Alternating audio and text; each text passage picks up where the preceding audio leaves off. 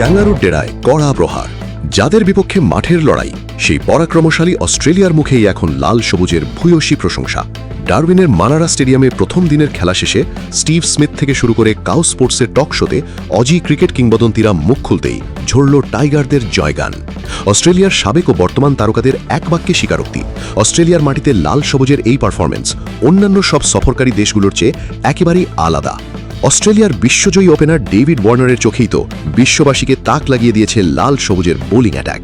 ডারউইনের গতিময় ও bouncy উইকেটে বোলারদের এমন নিখুঁত লাইন ও লেংথে বল করতে দেখে অবাক ওয়ার্নার প্রকাশ্যে স্বীকার করেন, আমি অতীতে অনেকের বিপক্ষে খেলেছি এবং অস্ট্রেলিয়ার মাটিতে অনেক বিশ্বমানের আন্তর্জাতিক দলকে বল করতে দেখেছি, কিন্তু বিশ্বাস করুন, বলতে দ্বিধা নেই, বাংলাদেশের এই পেস অ্যাটাকই প্রথম যারা অস্ট্রেলিয়ার কন্ডিশনে এসেই শুরু থেকে শেষ পর্যন্ত একটানা এত সুনির্দিষ্ট লেংথে বল করে গেছে।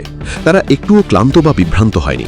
ক্যাঙ্গারুর দেশে এসে প্রথম দিনেই এমন শৃঙ্খলা বজায় রাখা কোনো সাধারণ কথা নয়, কিন্তু বাংলাদেশ সেটা মাঠে করে দেখিয়েছে।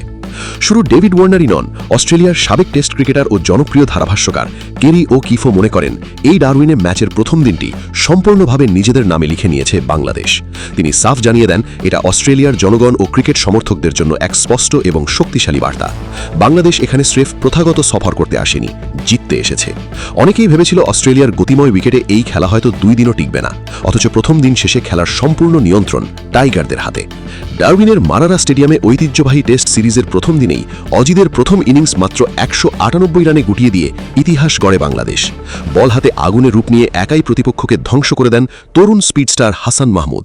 মাত্র 55 রান খরচায় তুলে নেন 6টি মহামূল্যবান উইকেট।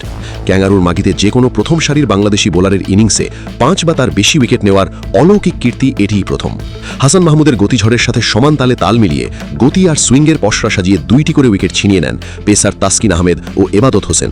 স্টিভ স্মিথ লড়াই করে দলের পক্ষে সর্বোচ্চ 71 রান করলেও বাকি ব্যাটারদের চূড়ান্ত ব্যর্থতায় মাত্র 53 ওভারেই গুটিয়ে যায় পুরো অস্ট্রেলিয়া দল। জবাবে নিজেদের প্রথম ইনিংসের রান তাড়া করতে নেমে দিন শেষে 1 উইকেটে 96 রানের শক্ত ভিত গড়েছে বাংলাদেশ। ক্যাঙ্গারুদের প্রথম ইনিংস থেকে টাইগাররা এখনও 102 রানে পিছিয়ে থাকলেও হাতে অক্ষত আছে পূর্ণ 9টি উইকেট, অর্থাৎ ব্যাটে বলে প্রতিপক্ষকে ব্যাকফুটে ঠেলে দিয়ে ম্যাচের লাগাম এখন লাল সবুজের হাতে। দ্বিতীয় দিন মাঠে নেমে সেই ব্যবধান পুরোপুরি মুছে দিয়ে বিশাল লিডের পাহাড় গড়ার স্বপ্ন এখন টাইগারদের চোখে মুখে।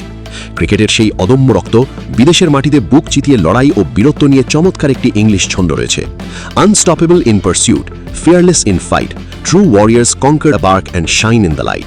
যার সহজ বাংলা ভাবার্থ, তাড়ায় যারা অবিনাশী, লড়াইয়ে যারা নির্ভীক, আসল বীরেরা আধার হারিয়ে আলোর বিশ্বমঞ্চেই নাম লিখে নেয়।